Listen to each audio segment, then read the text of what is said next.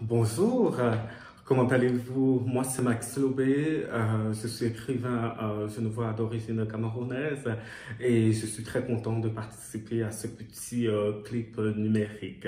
Je suis là pour vous présenter ce bouquin, La promesse de Safa l'Excellence, publié en janvier même de cette année aux éditions Zoé. C'est justement mon cinquième roman publié chez Zoé, La promesse de Safa l'Excellence.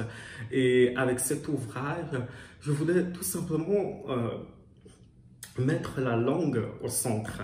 La langue française que nous parlons, la langue française dans laquelle nous pensons, comment exprimer des choses qu'on n'arrive pas à dire, des choses ineffables par le biais de cette langue.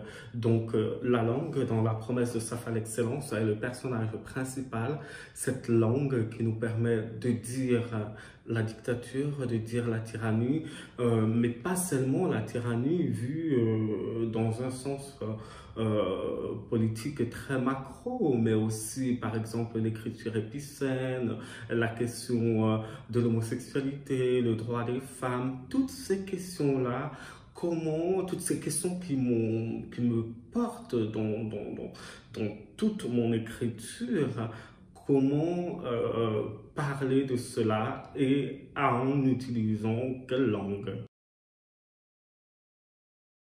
Je serais celle-ci.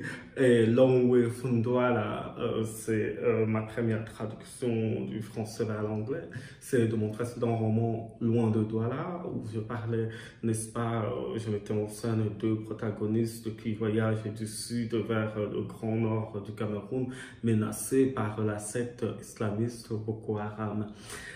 Donc je serais volontiers cette photo qui est un autoportrait du photographe désormais très célèbre, Victor Omar Diop, un photographe franco-sénégalais. J'adore. Il y a tout là-dedans. De l'orientalisme, de l'africanité, du football, comme j'aime bien.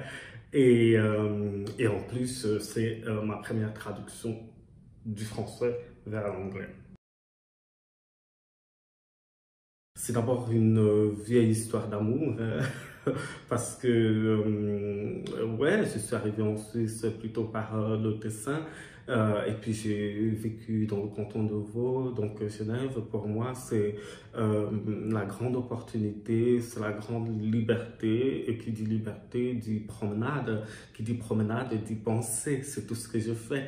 Donc Genève, que ce soit du côté de la vieille ville, des eaux vives, de la jonction, des Paquis, le Grand Genève, en incluant la France voisine, le canton de Vaud, Genève, pour moi, c'est la pensée. C'est la pensée, c'est la promenade.